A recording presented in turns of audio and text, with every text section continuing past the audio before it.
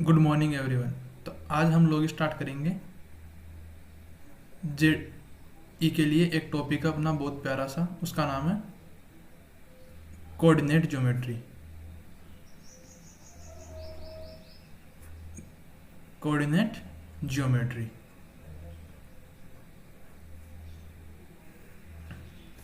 देखो, जेई में मैथमेटिक्स में दो ही, जैसे तीन पार्ट में पढ़ते हैं हम इसको: calculus, coordinate geometry and modern maths.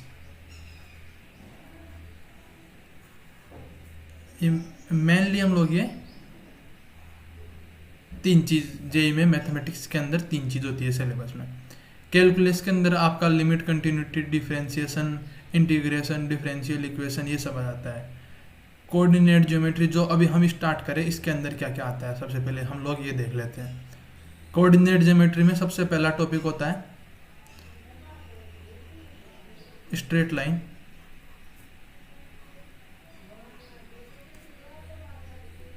इसको काफ़ी लंबा करना पड़ेगा। सेकंड टॉपिक होता है सर्कल। उसके बाद में आता है कॉनिक सेक्शन। ये जो कॉनिक सेक्शन होता है, इसके तीन पार्ट होते हैं। सबसे पहला होता है पैराबोला, सेकंड नंबर पे आता है इलिप्स एंड थर्ड नंबर पे होता है हाइपरबोला।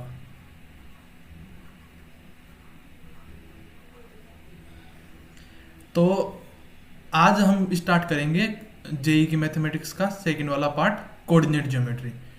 तो जैसे कि मैं हमेशा बोलता रहता हूँ कि जो जेई है वो एक जंग है, और अगर अपने को जेई की जंग जीतनी है तो कोऑर्डिनेट ज्योमेट्री का अपने को बादशाह बनना पड़ेगा। अगर जेई की जंग जीतनी है तो कोऑर्डिनेट ज्योमेट्री का बादशाह बनना पड़ेगा, ठीक है। तो कोऑर्डिनेट ज्योमेट्री में होता है क्या? सबसे पहला टॉपिक स्ट्रेट लाइन होता है। ये सबसे बड़ा टॉपिक और सबसे इंपॉर्टेंट टॉपिक होता है। उसके बाद में स्ट्रेट लाइन के आधे से ज़्यादा कॉन्सेप्ट सर्कल में होते हैं, और ये स्ट्रेट लाइन सर्कल से छोटा होता है। उसके बाद में कॉनिक सेक्शन में भी यही होता है। जो पैराबोला होता है उसके अंदर मोस्टली स्ट्रेट लाइन और सर्कल के कॉन्सेप्ट यूज होते हैं, वैसे ही इलिप्स में होता है और वैसे ही हाइपरबोला में होता है।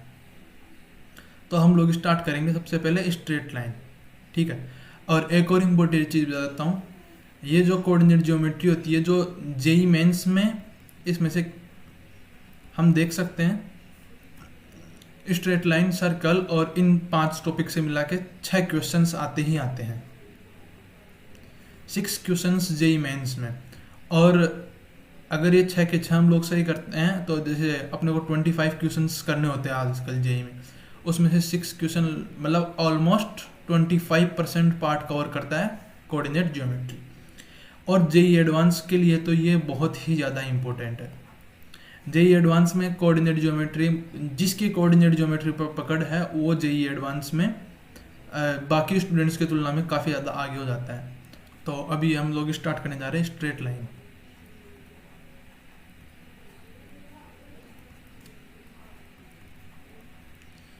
अब स्ट्रेट लाइन को जैसे हिंदी में हम बोलते हैं सरल रेखा।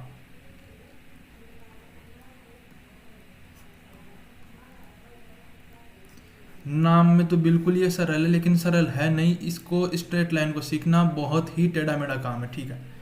तो जैसे हम लोग सबसे पहले स्ट्रेट लाइन सीखने जा रहे हैं, तो थोड़ा सा पहले अपन लोग रिवाइज कर लेते हैं। आप लोग सोच रहे होंगे कि रिवाइज कहाँ से करें, अभी तो कुछ स्टार्ट ही नहीं किया। रिवाइज करते हैं, हमने जो 10th में पढ़ा है वो स्ट्रेट लाइन के लिए सबसे पहले हम लोग रिवाइज करते हैं। तो क्या रिवाइज करते हैं? सबसे पहले हम लोग स्टार्ट करते हैं टॉपिक डिस्टेंस बिटवीन 2 पॉइंट्स। सबसे पहले हम लोग ये देखने जा रहे हैं डिस्टेंस बिटवीन 2 पॉइंट्स, ओके। तो जैसे हम लोग क्या करते हैं, 2 पॉइंट ले लेते हैं। ये थोड़ा लाइन कुछ ज़्यादा टेढ़ी होगा। ये अपना कार्टेशियन कोऑर्डिनेट सिस्टम हो गया, ये इसका एक्स एक्सिस हो गया, एंड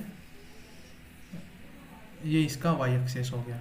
तो हम 2 पॉइंट ले लेते हैं, जैसे ये फर्स्ट पॉइंट है x1 कोमा y1 एंड ये सेकंड पॉइंट है x2 कोमा y2। ओके, तो अगर हमें इन दोनों पॉइंट्स के बीच के डिस्टेंस निकालनी है तो डायरेक्ट अपने पास फॉर्मूला होता है। वो फॉर्मूला क्या होता है, d is equal to under root of,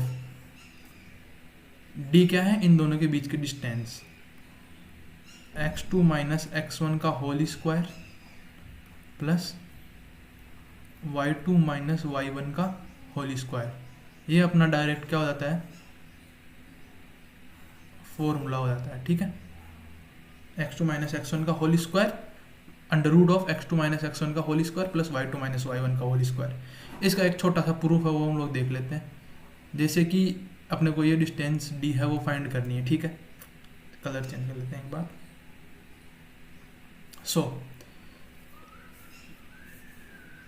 जैसे ये यहाँ से ये डिस्टेंस क्या है, यहाँ से यहाँ तक की x1, और यहाँ से यहाँ तक की डिस्टेंस क्या है, ये टोटल डिस्टेंस हो गई x2। तो यहाँ से यहाँ तक की डिस्टेंस क्या हो जाएगी, x2 माइनस x1। सिमिलरली यहाँ तक की डिस्टेंस क्या है, y1, और यहाँ तक की डिस्टेंस क्या है, y2। तो ये डिस्टेंस हो जाएगा y2 माइनस y1। अब पाइथागोरस थ्योरम हम जानते हैं, पाइथागोरस थ्योरम, पाइथागोरस थ्योरम। उसमें क्या होता है, hypotenuse square is equal to perpendicular square plus base square.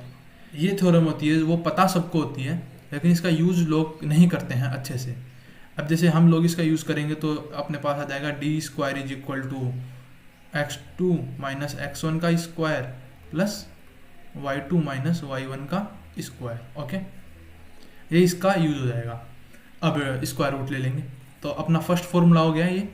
ठीक है, उसके बाद में थोड़ा सा और रिवाइज करते हैं। हमने वहाँ पे देखा था कि दो बहुत ही अच्छे अच्छे फॉर्मूले होते थे, सेक्शन फॉर्मूले, सेक्शन फॉर्मूले। सेक्शन फॉर्मूले में क्या क्या होते थे, सबसे पहले होता था इंटरनल सेक्शन। इंटरनल सेक्शन,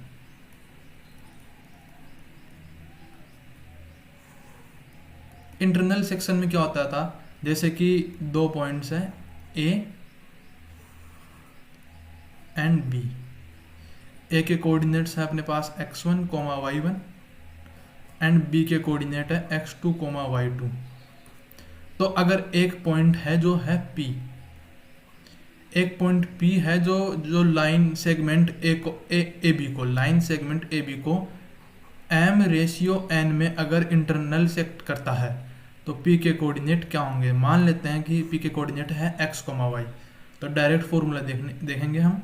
जैसे मान लिया P के कोऑर्डिनेट x, y है, तो ये क्या आ जाएगा। एक बार ट्रिक देख लेते हैं। सबसे पहले इसको इधर मल्टीप्लाई करेंगे, इसको इधर मल्टीप्लाई करेंगे और नीचे m+n लिख देंगे। ठीक है, तो ये हो जाएगा mx2 plus nx1 divide by m+n। Similarly यहाँ पे हो जाएगा my2 plus ny1 divide by m+n। ये हो जाएंगे पॉइंट P के कोऑर्डिनेट्स। इसको हम, एक तरीका ये भी है कि PA upon PB is equal to m/n, and इसको ऐसे क्रॉस मल्टीप्लाई करना होता है। ठीक है, ये अपना हो गया इंटरनल सेक्शन का फॉर्मूला। ऐसे ही सिमिलरली एक्सटर्नल सेक्शन का फॉर्मूला होता है। एक्सटर्नल सेक्शन का फॉर्मूला क्या होगा, जैसे हम लोगों ने देख लिया एक्सटर्नल सेक्शन। एक्सटर्नल सेक्शन में क्या होता है, सिमिलरली ए एंड बी दो पॉइंट्स है x1 y1 and x2 comma y2। अब यहाँ पे जो p पॉइंट है, जो कि थोड़ा सा 1 मिनट इसको,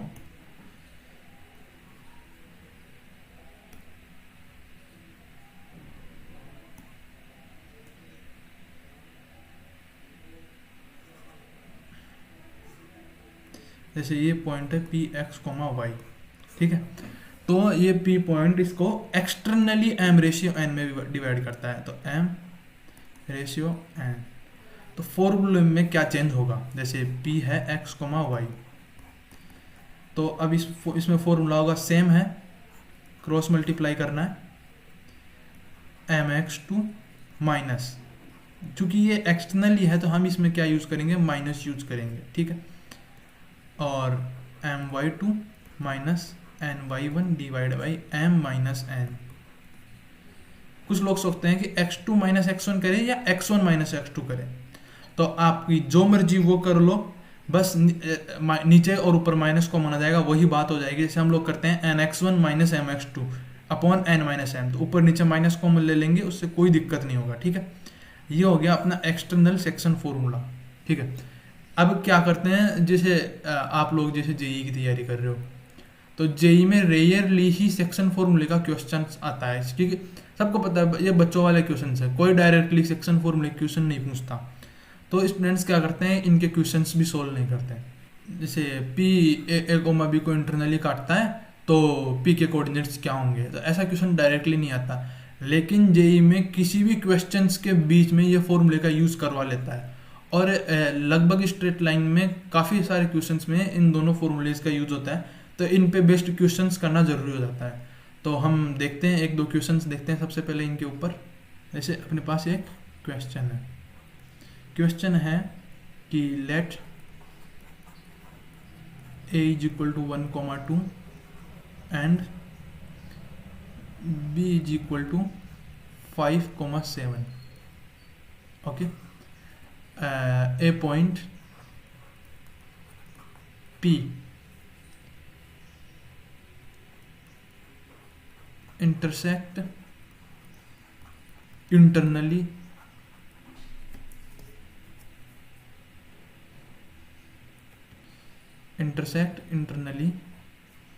in ratio of 2:3, then find P। ये अपने पास एक क्वेश्चन है कि A 1,2 है एंड B 5,7 है, तो इसको हम सॉल्व करते हैं। तो जैसे अपने को 2 पॉइंट दिए हुए हैं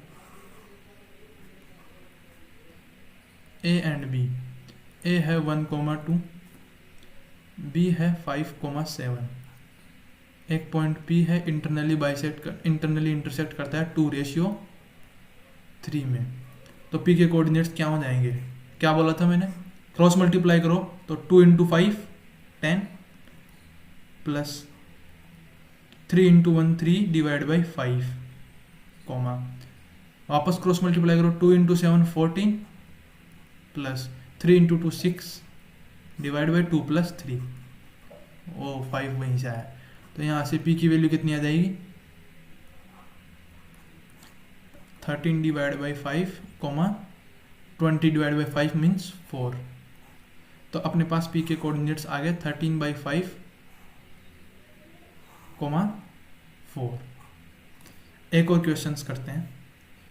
जैसे एक क्वेश्चन है find the points of trisection of the line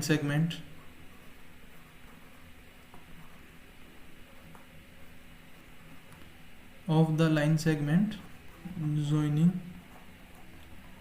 points A है 1,-2 एंड B है -3,4। तो जैसे कि ये 2 पॉइंट है और इस क्वेश्चन में अपने को रेशियो नहीं दिया है, ट्राइसेक्शन दिया है। अब ट्राइसेक्शन का मीनिंग क्या होता है, 3 इक्वल पार्ट्स, ओके। ट्राइसेक्शन का मतलब ये होता है, तो इसको हम लोग सोल्व करते हैं सबसे पहले। ट्राइसेक्शन का मतलब हो गया 3 इक्वल पार्ट्स, ठीक है। तो इसको हम लोग सोल्व करेंगे। सबसे पहले तो हम लोग एक लाइन बनाते हैं, सॉरी,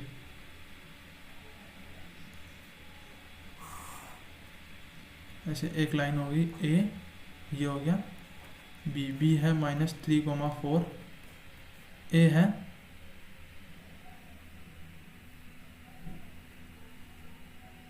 -1,-2। ओके, तो अब 3 इक्वल पार्ट्स, जैसे एक पार्ट, 2 पार्ट और 3 पार्ट, ठीक है, 3 पार्ट्स हो गए। तो जैसे ये सॉरी रेड करना पड़ेगा, जैसे ये पार्ट और ये पार्ट, तीनों की लेंथ बराबर है, तो P के लिए रेशियो हो जाएगा AB 1:2 और Q के लिए रेशियो हो जाएगा 2:1। तो P के लिए रेशियो हो जाएगा 1:2 और Q के लिए रेशियो हो जाएगा 2:1। तो यहाँ से हम लोग इंटरनल सेक्शन का फॉर्मूला लगा के फाइंड कर सकते हैं। जैसे P के कोऑर्डिनेट्स क्या आएंगे, सबसे पहले क्रॉस मल्टीप्लाई करोगे तो -3 + 2/3, 4 -4/3, और Q के कोऑर्डिनेट्स क्या देंगे, फिर से क्रॉस मल्टीप्लाई करेंगे तो -6 + 1/3 एंड 8, 2 4 = 8 प्लस -2/3। तो यहाँ से P के कोऑर्डिनेट्स आ जाएंगे 1/3, 0 एंड Q के कोऑर्डिनेट्स आ जाएंगे -5/3, 2। इसके बाद में एक इम्पोर्टेंट टर्म होती है जिसका नाम होता है हार्मोनिक कंजुगेट। ये नाम मतलब नहीं सुना होगा आपने इससे पहले मेरे ख्याल से, हरात्मक संयुग्मी। होता क्या है, कुछ नहीं होता, बहुत ही आसान चीज है ये। होता क्या है, जैसे एक लाइन है A, B, तो जैसे एक तो पॉइंट है P और एक पॉइंट है Q। अगर P और Q दोनों AB को सेम रेशियो में, जैसे P/M/N में इंटरनल इंटरसेक्ट करे, और Q सेम N/N में AB को एक्सटर्नली इंटरसेक्ट करे, समझ रहे, मतलब कि एक लाइन AB को सेम रेशियो में, मतलब रेशियो M/N आना चाहिए सेम, उस रेशियो में P तो मतलब एक बार तो एक कोई इंटरसेक्ट इंटरनली करे और एक बार एक्सटर्नली इंटरसेक्ट करे, तो जो P और Q एक का जो एक दूसरे में संबंध बन गया, भाई रेशियो दोनों का सेम है, एक इंटरनल है एक एक्सटर्नल है, तो P और Q एक दूसरे के हार्मोनिक कॉन्जुगेट हो गए। कुछ नहीं है, ये बस एक वर्ड है जिसकी डेफिनेशन है। अपने को पता होना चाहिए कि 2 पॉइंट्स हार्मोनिक कंजुगेट कब होते हैं। हार्मोनिक कंजुगेट का मतलब होता है कि एक लाइन है, एक फिक्स लाइन है AB, उसको एक तो इंटरनली एक M/N में इंटरसेक्ट करे और एक एक्सटर्नली सेम रेशियो M/N में इंटरसेक्ट करे, तो वो दोनों पॉइंट्स एक दूसरे के हार्मोनिक कंजुगेट होते हैं। ये क्लियर है सबको। उसके बाद में हम लोग नेक्स्ट एक इम्पोर्टेंट टाइप ऑफ क्वेश्चन होता है। इसमें क्वेश्चन क्या होता है, यहाँ से क्वेश्चन आते हैं ज़्यादातर कि लाइन, एक लाइन है a line, in what ratio will intersect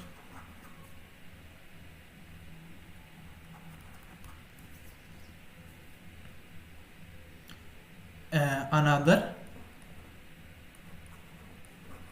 line segment।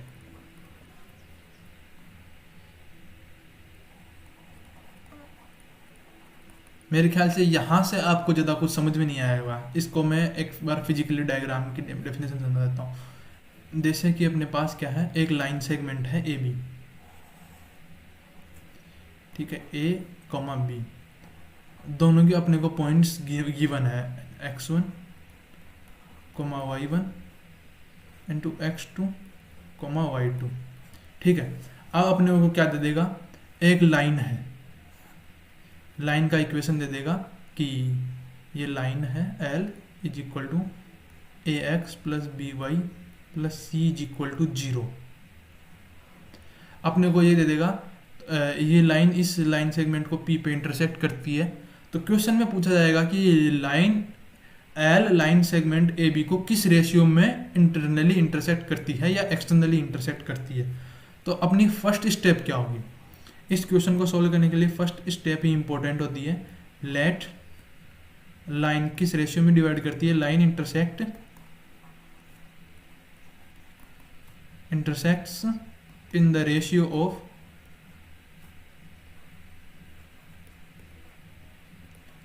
Of के रेशियो 1। के रेशियो 1 क्यों लिया हमने, अभी तक तो हम लोग पढ़ रहे थे कि सर आप लोग पूछोगे कि एम रेशियो एन क्यों नहीं माना, के रेशियो 1 क्यों लिया। देखो एम और एन रेशियो में कितने वेरिएबल है, एम और एन दो वेरिएबल है, और के रेशियो 1 में कितने वेरिएबल है, एक वेरिएबल है। अब मैं बताता हूँ मैंने के रेशियो 1 कैसे लिया। एम रेशियो एन है, दोनों साइड एन से डिवाइड कर लेंगे तो ये हो जाएगा एम अपॉन एम रेशियो 1, और एम अपॉन एन को मैंने क्या लिख दिया, के। आप एम रेशियो एन मान के भी इस क्वेश्चन को सोल्व कर सकते हैं और के रेशियो 1 मान के भी इस क्वेश्चन को सोल्व कर सकते हैं। लेकिन के रेशियो 1 मानने से क्या होगा, यहाँ पे दो वेरिएबल है, यहाँ पे एक वेरिएबल है, तो एक वेरिएबल अपना कम हो गया, इस कारण कैलकुलेशन बहुत ही ज़्यादा आसान हो जाएगा। तो सबसे पहली स्टेप क्या मानने हैं कि मान लिया ये रेशियो क्या है, के रेशियो 1। के रेशियो 1 से हम अपने पास पी के कोऑर्डिनेट्स आ जाएंगे, क्योंकि अपने को पता है कि ये जो पी है जो लाइन एल पे स्थित है, तो हम इस पॉइंट पी को इस लाइन में सेटिस्फाई करवा देंगे। अभी मैं जो बोला उसको हम एक क्वेश्चन की हेल्प से सोल्व करते हैं। ठीक है, तो क्वेश्चन देखते हैं। क्वेश्चन है find the ratio in which line 3x plus 4y is equal to 7 divides the line segment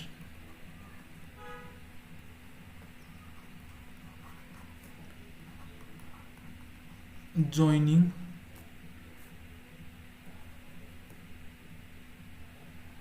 points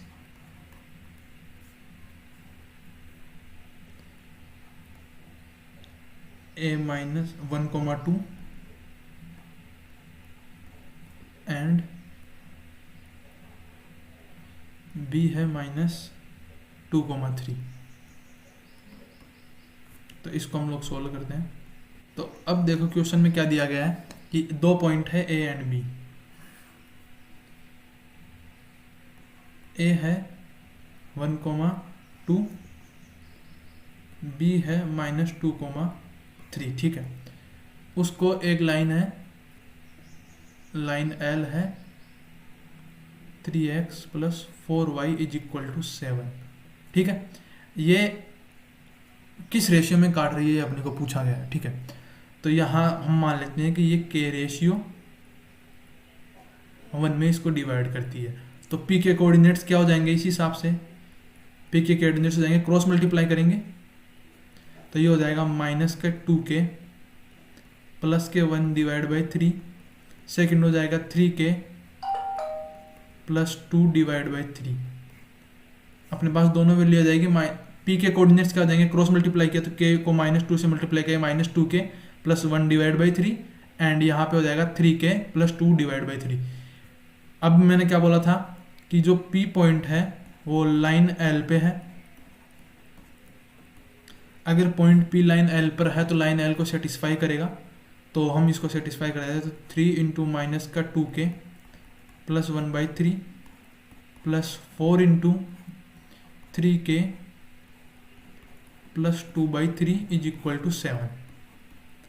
यहाँ पे अपने पास एक वेरिएबल है, एक इक्वेशन है, तो यहाँ से k की वैल्यू आ जाएगी। यहाँ से अगर हम लोग सोल्व करते हैं तो ये हो जाएगा सॉरी, यहाँ पे कैलकुलेशन मिस्टेक, नीचे 3 नहीं, नीचे 3 की आदत पड़ गई, नीचे आएगा k+1, नीचे आएगा k+1, k+1, k+1, k+1। तो यहाँ से क्या हो जाएगा, सोल्व करेंगे तो अगर -6k + 3 + 12k + 8 = 7k + 7, ठीक है। यहाँ से k = हो जाएगा 8, 3, 11 में 7 गया तो 4, k = आ गया 4। तो किस रेशियो में डिवाइड करेगी ये लाइन? ये लाइन 4:1 में ए बी को इंटरसेक्ट करेगा।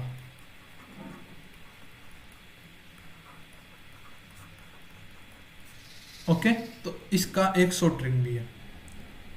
इसका एक शॉर्ट ट्रिक क्या होता है, यहां पे देख लेते हैं हम लोग। इसका एक ट्रिक है। ट्रिक क्या है कि k = -ax1 + by1 + c / ax2 + by2 + c। अब यहाँ पे x1 y1 क्या है और x2 y2 क्या है, ये अपने को देखना है, ठीक है। इस लाइन में इन दोनों पॉइंट्स को पुट करना है। अब कौन सा पॉइंट पहले पुट करना है वो हम लोग देखते हैं। तो जैसे k लाइन की किस साइड है, इस साइड है, k/1 में k इस साइड है, तो इस साइड वाला पॉइंट हो जाएगा x1 y1 और इस साइड वाला पॉइंट हो जाएगा x2 y2। तो ये इन दोनों पॉइंट्स को लाइन में पुट कर देते हैं। तो k की वैल्यू क्या आ जाएगी देखते हैं एक बार, -ax1 इंटू मतलब 3 × 1 3 + 4 × 2 8 -7, ठीक है, डिवाइड बाई 3 × -2 -6 + 4 × 3 12 -7, डन। तो ऊपर क्या जाएगा, -4 डिवाइड बाई -1, k की वैल्यू आ गई 4। तो यहां से हम लोग डायरेक्ट आंसर निकाल लेते हैं। ट्रिक क्या है, k = -ax1 + by1 + c / ax2 + by2 + c। और जो यहाँ पे x1 y1 क्या होगा, जो k के साइड वाला होगा वो पॉइंट होगा x1 y1 और अनदर साइड वाला होगा वो होगा x2 y2। तो ये ट्रिक भी आप लोग याद कर सकते हैं। और वैसे उतना है, लगभग उतना ही टाइम सोल्व करने में लगेगा, तो इस ऐसे भी आप सोल्व कर सकते हैं।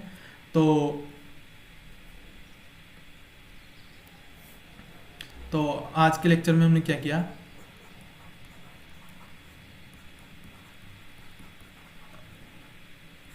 आज के लेक्चर में हमने पिछला थोड़ा सा रिवाइज कर लिया कोऑर्डिनेट सिस्टम को।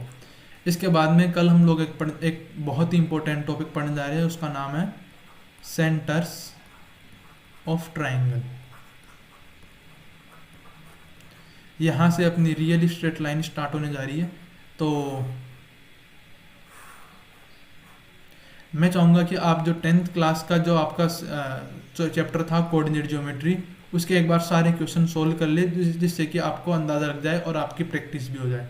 Thank you very much. हम लोग मिलेंगे नेक्स्ट वीडियो में, वहाँ हम लोग पढ़ेंगे सेंटर्स ऑफ ट्राइंगल।